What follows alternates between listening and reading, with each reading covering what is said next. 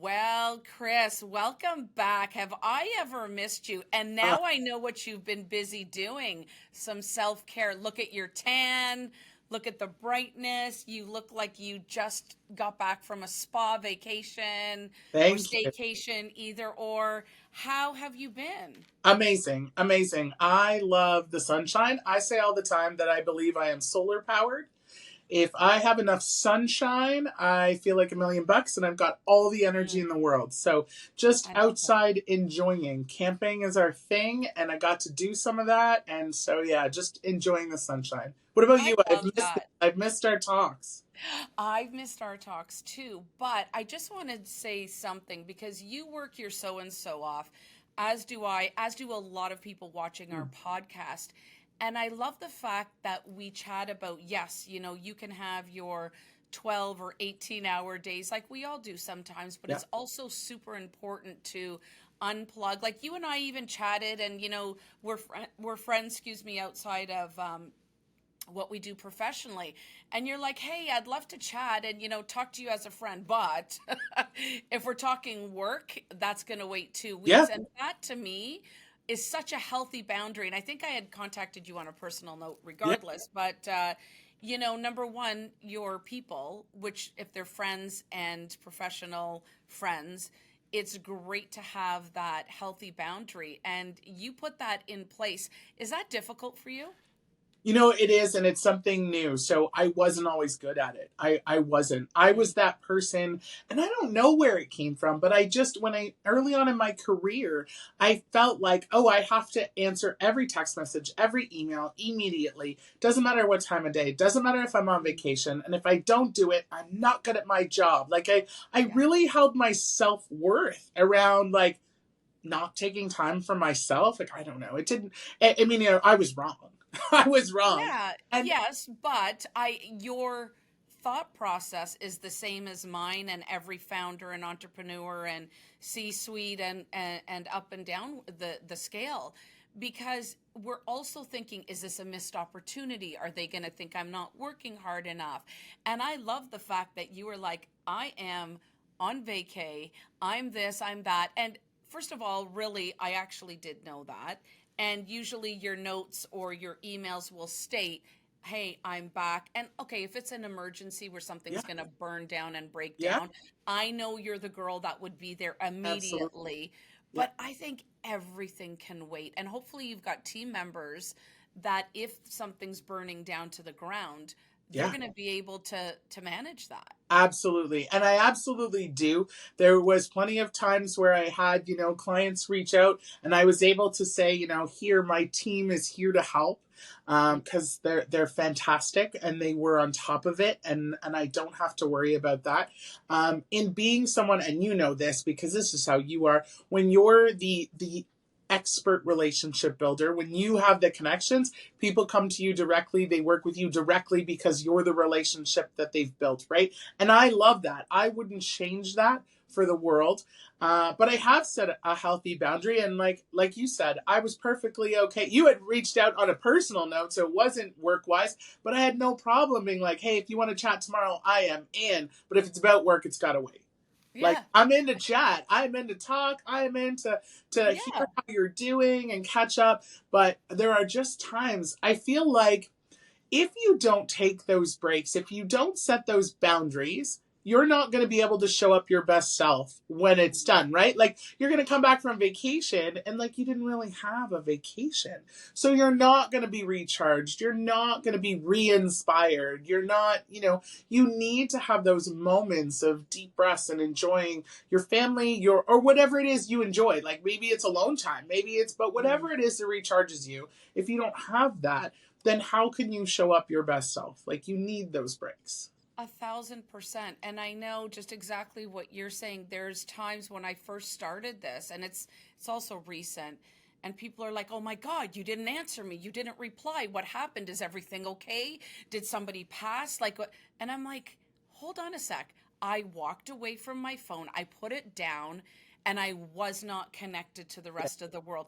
And honestly, I am still guilty that I'll still check. I Yeah. mean, you and I have kids and we have, Yeah. aging parents, whatever. So I check, But when somebody's SOSing me and I'm like, what's wrong? And they're like, what's wrong with me? Well, no, what's wrong with you? Yeah. That's where I realized, wow, have I ever have I set myself up Mm. for failure? Yeah. Yeah. Because if I can't recharge or reconnect, how good am I to you? Yeah. Right. And I love the fact that you're doing that, or you're in the process of doing that. It is so, I don't even know what the word is I'm trying to find, because I don't think there's a big enough word, but it's so empowering Yes. to be able to walk away from the phone. Yes. And it's so empowering and life changing to realize how people react to that.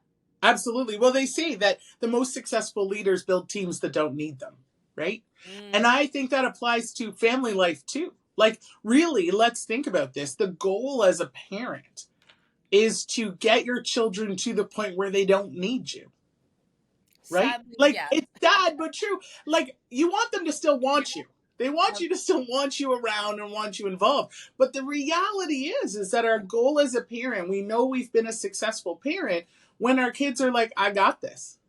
Yeah. You've taught me what I need to know, and I can function without you on an absolutely regular basis. Now, don't get me wrong. My parents were and are phenomenal parents, and, really taught me how to be a successful, independent human. But I still love to have my parents around, and they're still the first people I want to tell about my successes, and I still go to them for advice. But I can do it without them. Yes. And so I hope that one day, and as sad as it is, and it makes me incredibly sad, but I do hope that my kids will get there too, where they don't need me. They want me, but they don't need me. And Yes. I think our You know teams are what? the same. Our teams are the same, 100%. right? We want our teams to be so successful that they don't need us there every moment of every day. No, and you're so right. I'm still stuck on the kid thing. That is going to be one of our next podcasts, because it is so true. I have so many parents that are either on opposite side of the fences, and I'm so trying to remain in that neutral space where it's like they hold on for dear life and they Mm. do absolutely everything for their kids, and then they're pissed off that they're not independent. Then I've got other ones that are like, well, you made it through high school, away you go, right? And so I'm trying to remain so neutral. And like you said, there's some days I get 45 phone calls, and it could be like, so what's for dinner? And my answer is, I don't know. What are you making us? Right. Yeah, And yeah, so we're going to have a great time with that, because between the four of us, we have 900 children. So I yeah, think we yeah, could exactly. probably And offer some I good don't know. advice. I don't know about you, but I find that the toughest transition. People ask me all the time, like with all the different ages of kids, like what's the toughest stage?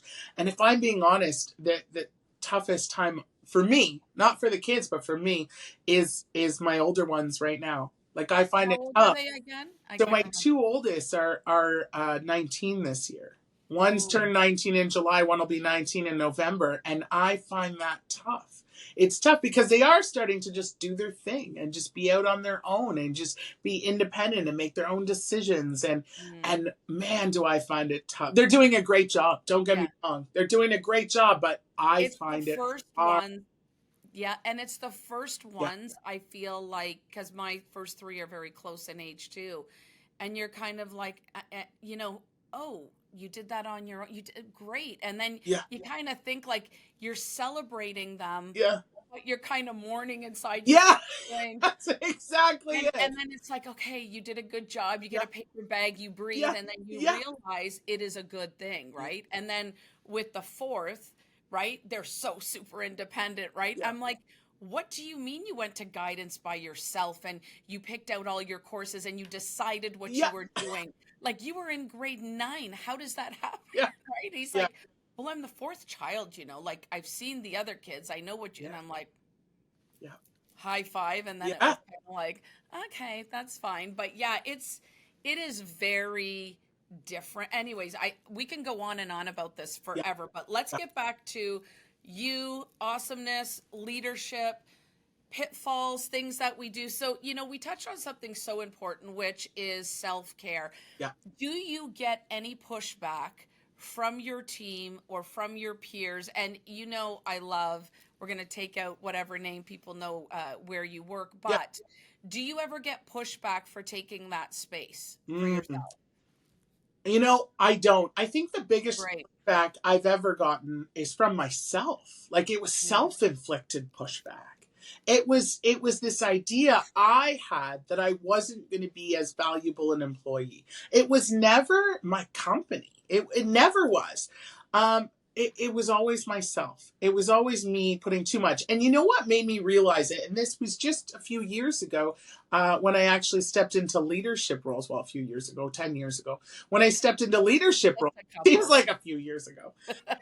But when I started to be actually, instead of an individual contributor, when I started to actually be a leader, that's when I noticed that, wait a second, this is the message that I'm giving to my team. Like I'm giving to my team the message that it's not okay to take the time you need. I'm giving to my team the message that, oh, you absolutely cannot take a break or disconnect.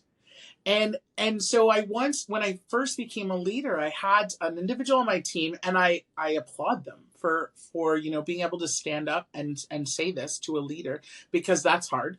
And they said, I find there's a lot of pressure to never take downtime because you never take downtime.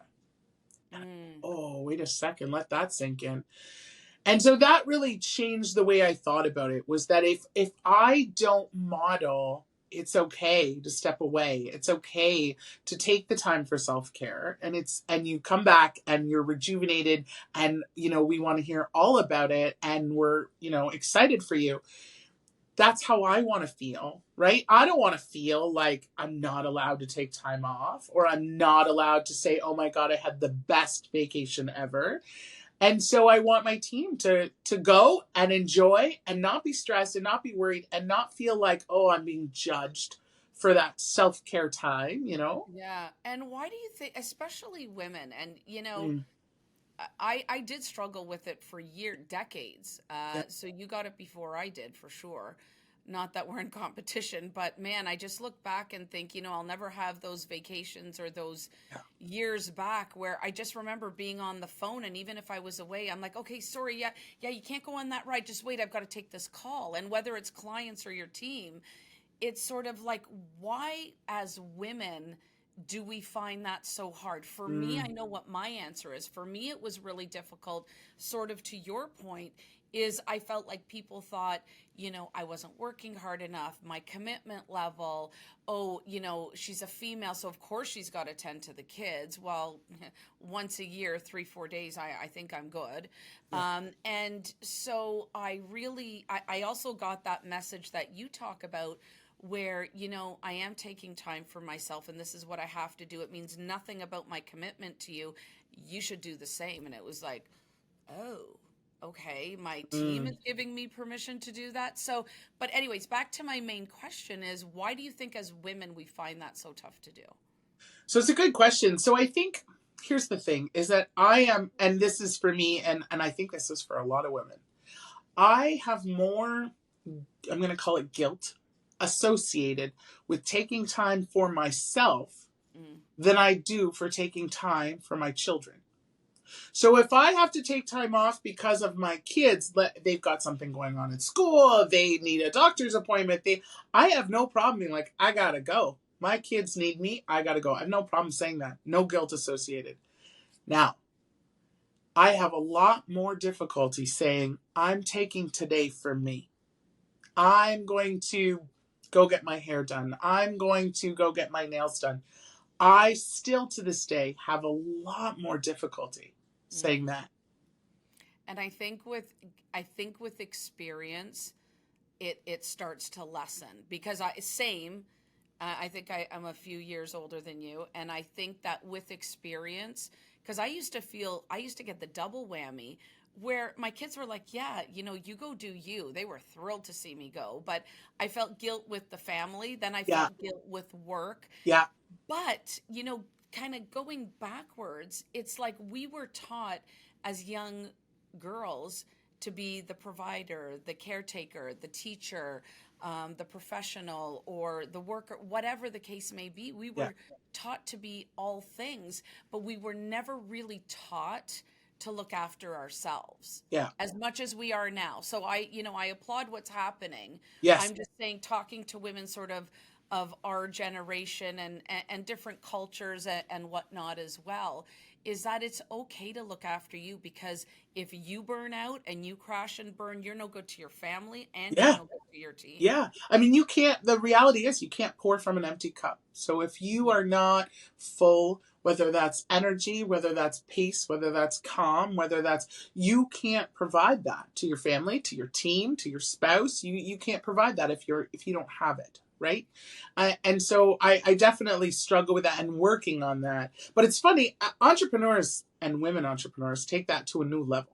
Like that, like entrepreneurs, no one works harder than an entrepreneur, like hands down. Yes. And so I spend all of my days speaking to entrepreneurs. It's funny, I was just talking to a very successful woman entrepreneur yesterday, and she was saying that she was so excited she was going on a vacation, and she hadn't taken a vacation since she started her business years ago. And she was so excited. And she told me this very heartwarming yet sad, like we were just talking about, story that she had said to her son that, like, oh, we were going on this vacation and it was so great and they were so excited and this is all the things we were going to do. And he said, yeah, but are you bringing your laptop? And she I said know. it really made her stop and think, oh no, we need a break. We Yeah. need a break. And I was like, good for you. Like, good for you. Aw. Because that drive and that I can't let anyone down and I have to be available. I think it's a new level in entrepreneurs. It's not the same. It is. Well, you know what? The hustle, the grind, Mm, the obstacles, the struggles that they go through yeah. and that we go through on a regular basis, excuse me, I understand it. Yeah. But what I find now, people are even going to like 3 and 4 day work Mm, weeks, which, applause to them. yeah. I mean, I'm still 7 days, Yeah. but again, when I say 7 days, I love what I do. So part of what I do, as you know, is writing Yeah. or is reading. That to me is still me time. I'm Yes. not, doing things with a client and on the phone and whatever. And just to go back to your story about your friend or your client, I love the fact that she's taking time for her. And what I did, which was helpful, because I got that whole, are you bringing your phone? Are you going to answer your phone? And I'm like, Yeah. I do, but I do explain to my kids, I'm like, look, here's the whole deal. This is the trade-off. And they learn so much from it. It's like, we're able to go on vacation Yes. because I do work. We are able to do certain things, and I'm able to be at your hockey tournaments or whatever the case is and have more flexibility because yes, I do have to work either at a home or different Yeah. hours. Yeah. However, what I feel that people can do with their kids and what I've done, I turn it around and say, that's a great point. I don't think I'm going to bring my laptop. Are you going to bring your iPad? And they're like, Yeah. oh, yeah, I'm going to bring my iPad. And I'm like, well, how many hours are you going to be on it? Because I want to spend time with you too. Yeah. Well, I don't know. And then we kind of make a deal and say, okay, Right. well, what do you think, in the morning, if you want to watch, 30 minutes of SpongeBob or whatever the heck Yeah. they watch these days, then that could be both of our work time Yes. and play time. Yes. Great. What about at night when you've got downtime? Is that acceptable? So they feel like they've got that control, Yeah. which I think is so Yeah. important because it is hard for entrepreneurs for various reasons. You could Yeah. have like a big deal going on, Yeah. in the middle of your vacation or staycation, and you got to do what you got to do. Yeah. But I think it's always having that conversation, and that again is a completely different sort of case scenario. But don't you think sort of making that kind of compromise is fair? Absolutely, absolutely. And I've used the same thing, and I'm not an entrepreneur, but I've used the same conversation with my kids to say, like, yes, there are times where after dinner I've got to go straight back to my office and work on whatever it is I'm working on. But I got to take a 2-hour lunch today to go to your football game Yes. because I was able to work my schedule around that. So I got to be at your football game, but now I have to take some of our evening time and go make up that time and go get that work done. And so Yeah. I don't think there's anything wrong. Actually, I think it's good lessons learned is that you can be flexible and you can fit, the things you want to do and the things you have to do into your day. 100%. And I mean, we keep referring it back to kids, but I've got one of my kids that's, decided to be an entrepreneur and a quite successful YouTube content creator. Doesn't matter, but I'm like knocking on his door going, I think you need a break. And he's Yeah. looking at me like I've got five heads. He's like, and I'm like, you're on 16 hours, buddy. Like, and he still like goes to the gym and but he's got this crazy work ethic. And then finally, weeks and months after I've been saying this to him because I see what he's doing and I think he's like actually modeled my era of work, work, work, work, work, and no play. Yeah. And he's like, you know what? My gym time is my downtime. And I love doing what I'm doing. And it's a creative mind, so I sort of get it, but I'm like, what have I done? But he'll realize his thing too is like, they'll do it and they'll do it and do it until they burn out and they can't. Yeah. And I think it doesn't matter if you're an entrepreneur or you're a rock star like connecting everybody and everybody. I feel like it is that sort of self-care Yeah. that we keep going back to. But you said something so super interesting. And, you and I could talk, probably do like a whole 30-part series on our minds and what we actually do to ourselves. Mm. And I know we talked about it when we talked about looking in the mirror and whatnot. Why the hell are we so mean to ourselves? Why can't we give ourselves the grace you give your team or your friends? Like if I called you and said, Chris, and we've done this. Yeah. Yeah. I've got a crazy day. I'm so overwhelmed. Or you're like, Adrian, I can't today. Something's been dropped on my life. Oh, hell yes. Yes. Good girl. You need me. You need to talk. No, fine. Your porch date. Yeah. But you say it to yourself and you're like, oh my God, you're a loser. You're not performing. What Yeah. the hell's the matter with you? Yeah. Why? Yeah. Why? I don't know why we do it, but one thing I am trying to do is when I do that, when I get stuck in that cycle of being too hard on myself, I'm really trying hard to stop and say, would I say this to someone else? So just the point that you just made, like if what I'm going through, whether had to cancel, had to move, whatever it is, if Adrian called me and said the same thing, what would I say to you? And am I saying the same message to me?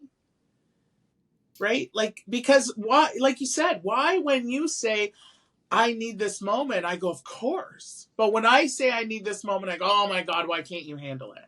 Yeah. Right? Yeah. So I'm really self-talk. trying to stop and say, like, would I say this to someone else? Mm. Is this how I would react?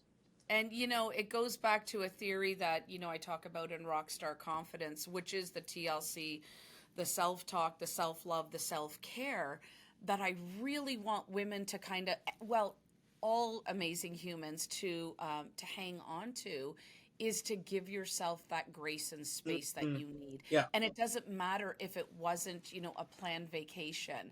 Yeah. Like you said, I love that theory that what you're saying is, if somebody said that to me that I love and care for, and that's on my team or family, would I give them the grace and space? Yes, of course. Yeah. So why am I not giving it to myself? I don't even know if we need to find out the why. I think we need to just have the, the Nike, the just do it. Yeah. Like just give yourself that space and stop with the negative self-talk. And one thing that's really helped me, and I do, look, even rock stars, we still need to sort of press the reset button and ground ourselves as well, is that if you get into that cycle, something that works really well for me is talking out loud. And a lot of times my kids, when I started doing this would peek in, are you okay? I'm like, yep, you? And I'm like, shit, they didn't just hear me call myself this and this and that. Yeah. And they're like, yeah, I did it. And so I explained, what I was doing. But again, putting the kids to the side, as you're saying it, like, I don't know, for me, I don't know if you've ever done it, I was cringing going, is this really how mean I am to myself? Because these words wouldn't come out of my mouth to another human. So why am I saying it to myself? Do you know, it's funny that you say that, and one example I can give that was huge impact for me. So as you know, I've got 4 kids, and my first 3 are boys. And my daughter came along, and I didn't realize how awful I was to myself about my image, my body image, I had no idea until I started to think how I would feel if my daughter said that about herself, or how I would feel if my daughter heard the thoughts going in my head about me, even. Mm. Because she, comes in every morning and mom, you look beautiful and you look so good. And and I thought, oh my God, like I would hate if she heard the thoughts that go on in my head when I look in the mirror sometimes. Right. Mm. So I need to change that. Because if I don't want her to hear them, they shouldn't be happening. Right. Yes. And if Yeah. I don't want her thoughts in her head to be as negative as mine, then they need to go away.